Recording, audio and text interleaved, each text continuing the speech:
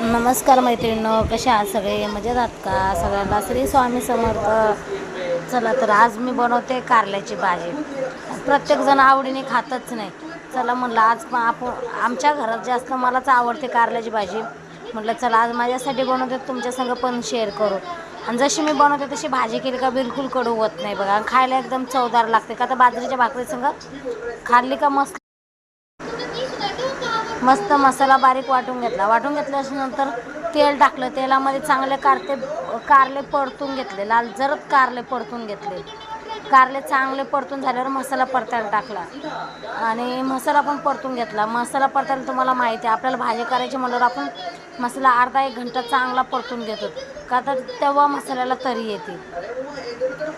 पूर्ण मसाला तळून झाला आपला आणि मग लाल तिखट टाकून घेतलं.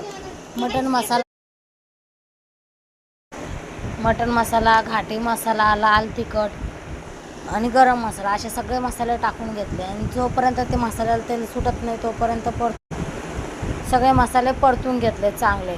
जोपर्यंत मसाले परतत नाही तोवर भाजी चविष्ट नाही लागत. आणि मसाला शिजण्यासाठी थोडंसं पाणी टाकून घेतलं तर आता मसाल्याला चांगली तरी येते. आणि मग पूर्ण मसाला तळून झाल्यावर कारले टाकून पण 15 मिनटं मसाला चांगला शिजून घेतला. शिजून झाल्याच्या नंतर त्यात पाणी टाकून घेतलं, कारण की जेवढं आपण ग्रेव्ही करणार होतो भाजी, मग तेवढं पाणी चांगली मसाला वापस सगळी भाजी मस्त मिक्स करून झाकून ठेवलं 15 मिनटं. तोपर्यंत इकडे मी भाकरी करून घेतल्या आणि मुलांना खायचे होते पराठे पण करून घेतले. चला म्हटलं आजची रेसिपी कारल्याची केलीच आहे, तुमच्या संग पण ती शेअर करू.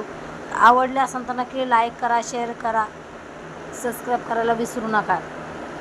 तर अशाच तुम्हाला जर माझ्या रेसिपी अजून बघायच्या असताना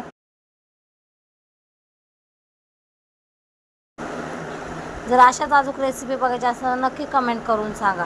सगळ्यांना श्री स्वामी समर्थ.